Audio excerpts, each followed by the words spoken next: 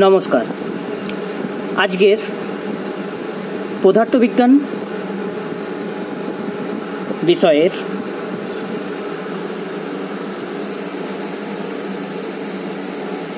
আমরা নবম শ্রেণীর পদার্থবিজ্ঞান,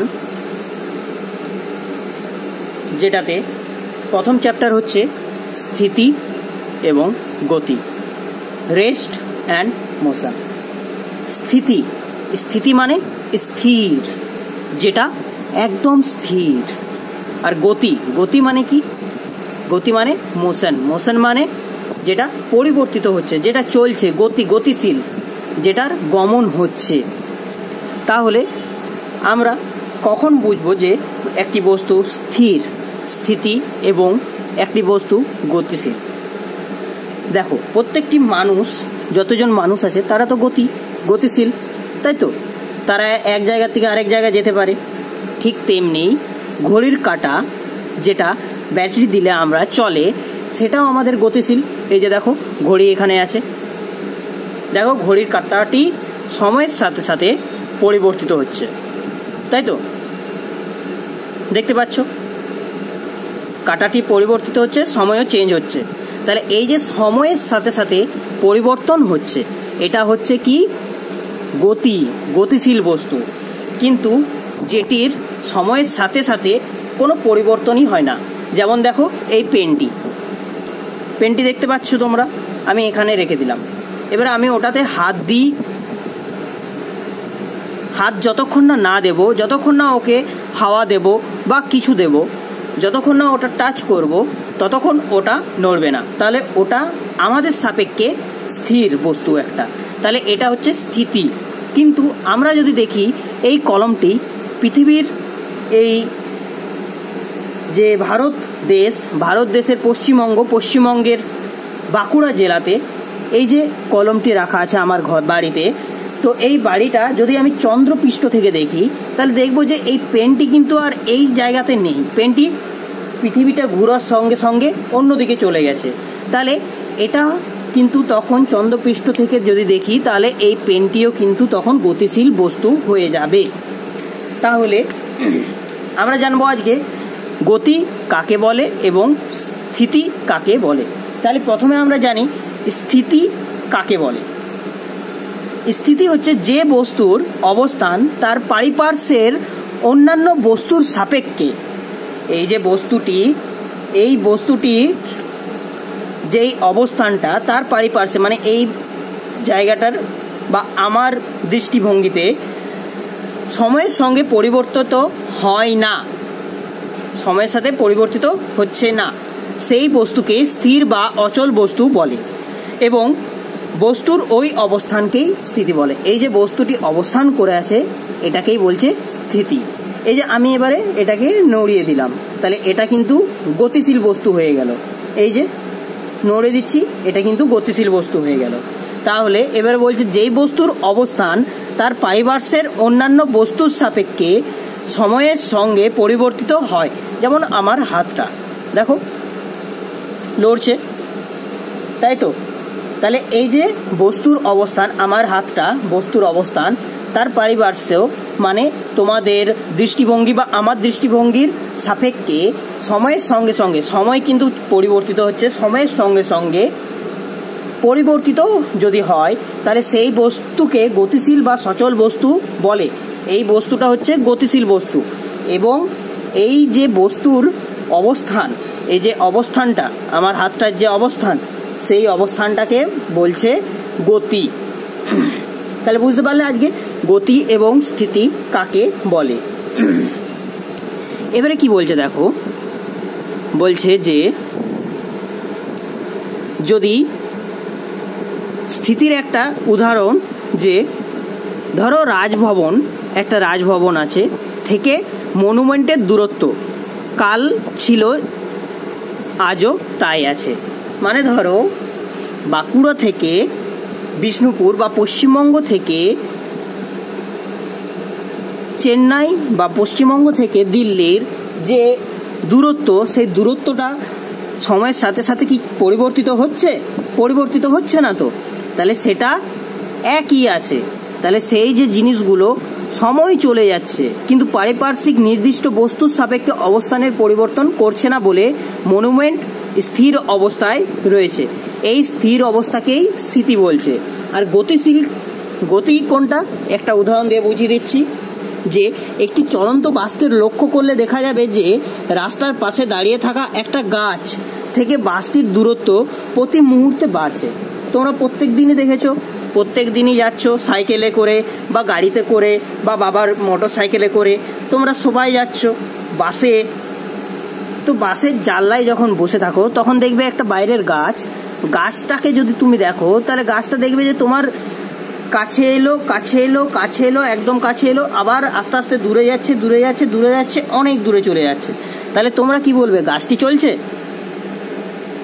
তোমার সাপেক্ষে গাছটি চলমান, তাহলে তোমার সাপেক্ষে গাছটি চলছে। আবার যদি গাছটির সাপেক্ষে যদি দেখা হয়, গাছটিতে দাঁড়িয়ে আছো, বাসটি দূর থেকে আসছে আসছে আসছে আসছে তোমার কাছে এলো এবং তোমার বাস স্ট্যান্ডে দাঁড়ালো, গাছের সামনে দাঁড়ালো এবং তোমার থেকে আবার আস্তে আস্তে দূরে দূরে দূরে দূরে দূরে দূরে চলে যাচ্ছে। তাহলে তুমি কি বলবে? যে আমার সাপেক্ষে বাসটি একটি চলমান বস্তু। তাহলে বলছে যে সেই যে বাসটি গতিশীল এবং তার অবস্থাকেই বলা হচ্ছে গতি।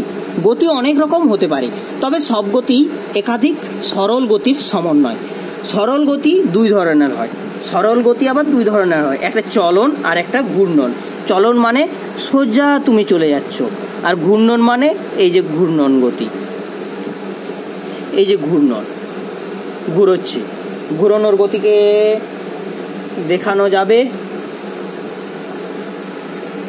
অবশ্যই দেখানো যাবে। এই যে দেখো ঘড়িটা, এই কাঁটাটা কিন্তু আমি যদি দেখি এই পয়েন্টটা একদম সেকেন্ডের কাটার শেষ পয়েন্ট, তাহলে শেষ পয়েন্ট কিন্তু এই পুরো রিংটাকেই ঘুরছে, এই পুরো সার্কেলটাকেই ঘুরছে। ঘড়ির এই যে সাতের নিচে যে ডটগুলো আছে সেই ডটগুলো প্রত্যেকটাতে ঘুরছে। তাহলে এই যে এই জিনিসটা, এটা হচ্ছে ঘূর্ণন গতি। এবং চলমান সরল গতি যেটা চলন বলা হচ্ছে, সেটা আমরা কি করে বুঝবো? সেটাও অবশ্যই বুঝতে পারবো যদি আমরা দেখি যে এই পেনটা এখানে আছে, ঠিক আছে, এখান থেকে আমি এইভাবে এইভাবে এইভাবে এইভাবে এইভাবে এইভাবে নিয়ে এলাম, এটা হচ্ছে চলন, সরাসরি সরল, তাই তো? এটা হচ্ছে সরল গতি। সরল গতি দু ধরনের হয়, কি কি? একটা চলন আর একটা কি? ঘূর্ণন। তাহলে দু ধরনের গতি আমরা জানলাম।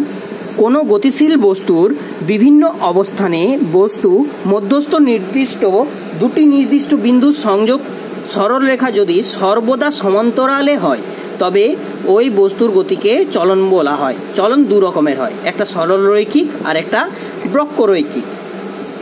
তাহলে কোনো গতিশীল বস্তু যখন একটি নির্দিষ্ট বিন্দু বা অক্ষের চারিদিকে বৃত্তাকার পথে ঘোরে তখন তার গতিকে বলা হচ্ছে ঘূর্ণন বা আবর্ত গতি। বৈদ্যুতিক পাখার ঘূর্ণন গতি, বৈদ্যুতিক পাখা তোমরা দেখেছো, ফ্যান, সিলিং ফ্যান সবকিছু কিন্তু ঘূর্ণন গতি। আবার গাড়ির চাকার মিশ্র গতি বা চলন এবং ঘূর্ণনের সময়কে মিশ্র গতি বলা হয়। চলন চলছে প্লাস ঘূর্ণন ঘুরছেও, সেটাকে মিশ্র গতি বলা হয়। গাড়ির চাকা কিন্তু মিশ্র গতি। গাড়ির চাকা কি রকমের হয়? গাড়ির চাকাটা কিন্তু এইভাবে ঘুরে মানে ওই যে চাকার যে চারিপাশের যে পারিপার্শ্বিক যে বিন্দুগুলো, সেই বিন্দুগুলো অনুযায়ী সে ঘুরে। এই যে ধরো এটা গাড়ির চাকা, তাই তো? ধরো এটা একটা গাড়ির চাকা, এই গাড়ির চাকাটা ঠিক কিভাবে ঘুরে বলো তো? এইভাবে ঘুরে, তাই তো? এইভাবে ঘুরে। তাহলে এই যে এইভাবে ঘুরছে, এটা কিন্তু একটা ঘূর্ণন গতি। এখানে বোঝাচ্ছে ঘূর্ণন। যখনই এটা রাস্তায় চলছে তখন কিন্তু এটা সরল রৈখিকও হচ্ছে, এই যে এখান থেকে এত দূর সরল রেখা চলে গেল। আর ঘূর্ণন, এটা ঘূর্ণনও হচ্ছে, তাহলে এটা হচ্ছে একটা মিশ্র গতি। এবার হচ্ছে আপেক্ষিক স্থিতি ও আপেক্ষিক গতি। বস্তু স্থির অবস্থা বা গতিশীল অবস্থা নির্ধারণ করতে এমন একটি বস্তু দরকার যা চিরস্থির।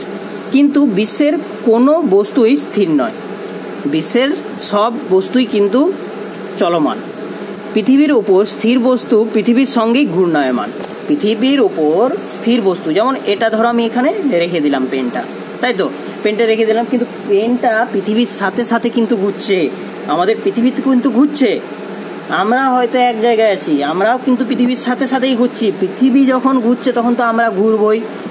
ধরো এখানে দেখো আমি কি করি বলো তো, ধরো ধরো ধরো ধরো এই মুহূর্তে আমি একটা গোল বলের খোঁজ করছিলাম, কিন্তু গোল বল পেলাম না, তো সেই জন্য একটা অন্য কিছু পেয়ে গেলাম, অর্ধেক পৃথিবী। কেমন দেখতে পাচ্ছ অর্ধেক পৃথিবী আমার? দেখো অর্ধেকটা পৃথিবী, তাই তো। তো দেখো পৃথিবী তো ঘুরে, পৃথিবীর ধরো আমি ঠিক এখানে আছি,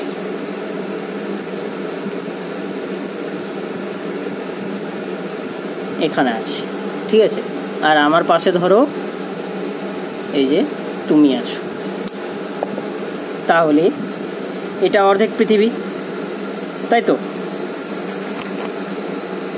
এটা অর্ধেক পৃথিবী। তাহলে এই যে অর্ধেক পৃথিবী, এটা যখন ঘুরছে, দেখো ঘুরছে, পৃথিবী কিন্তু ঘুরছে,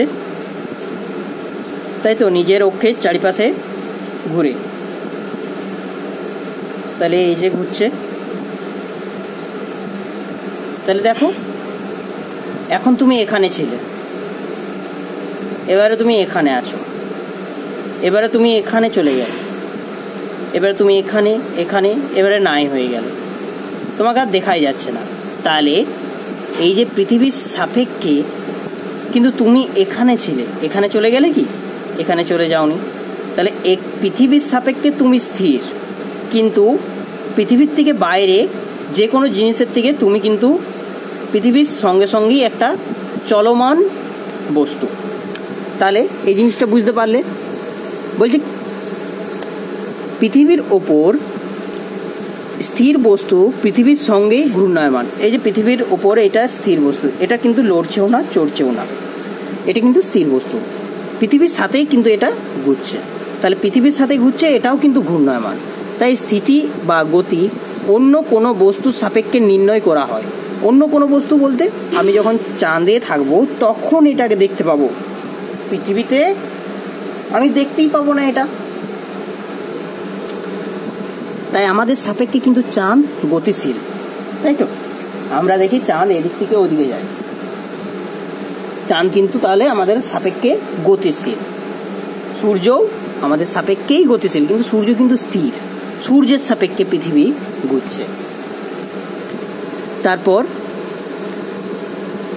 এবং এইরূপ স্থিতি ও গতি যথাক্রমে আপেক্ষিক পদ্ধতি এবং আপেক্ষিক গতি বলা হয়। আপেক্ষিক স্থিতি বা আপেক্ষিক গতি, এই যে এইরূপ যে গতি আর স্থিতি, এগুলোকে কি বলা হচ্ছে? আপেক্ষিক গতি এবং আপেক্ষিক স্থিতি। আপেক্ষিক মানে রিলেটিভ, রিলেটিভ রিলেশন করছো তুমি। এটা ধরো চাঁদ, এই যে চাঁদটা একটু বড় হয়ে গেল, তাই তো, চাঁদটাকে একটু ছোট করতে হবে।